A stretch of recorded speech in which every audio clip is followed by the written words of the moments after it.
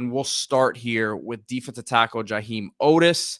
He has entered the portal. Former top 100 recruit. You're talking about a big-bodied 6'3", 6'4", 325-pound defensive tackle here. And this is a guy who looks like already setting up a visit to Colorado. Like I said, 6'4", 6'5", 325. So 57 tackles, a sack and a half in his career. As you know, a lot of these interior defensive linemen, you can't really judge their impact by the numbers or by the sack numbers, I should say, because they do so much more in terms of clogging the middle there and letting the other guys around them go and make plays. So what would you say about Jeheim Oatis? Again, top 100 recruit coming out of high school, was the top guy in the state of Mississippi.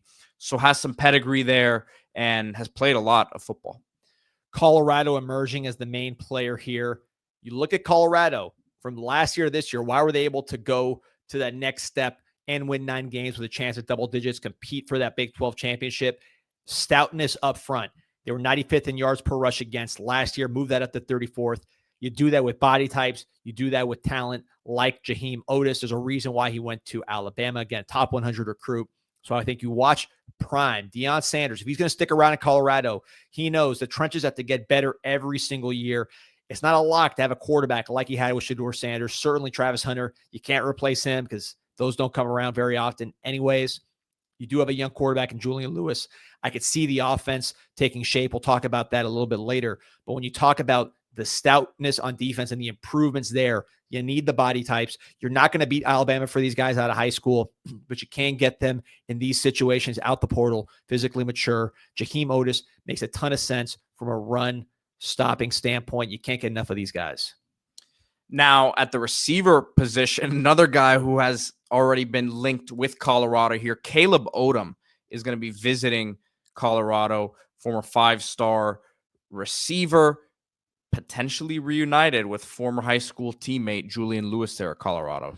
Yeah, I had Carrollton, Georgia. I saw Caleb Odom down here in South Florida during a competition. This guy can really, really run. He views himself as a receiver, 75 yards as a freshman with Alabama. You saw flashes. It wasn't like he was just sitting there, but he saw Ryan Williams, a true freshman, do what he did. So I'm sure that played into his position. Hey, I want more. He knows if he goes with his teammate Julian Lewis over there in Colorado, the targets will follow. 220 pounds. A lot of schools like him as a tight end. He was the 6th-ranked tight end in the nation coming out of high school. But in his mind, he sees himself as a wide receiver, and he's not crazy to say that. He has athleticism. He has movement skills. He's coordinated. He's fluid. So I think if he goes to Colorado, you will see him be more of that hybrid where he's really playing a lot of wide receiver. Here you see the combination here in high school. I mean, this guy was just, you see how easy of a mover this guy is. So to me, I can see the fit in Colorado.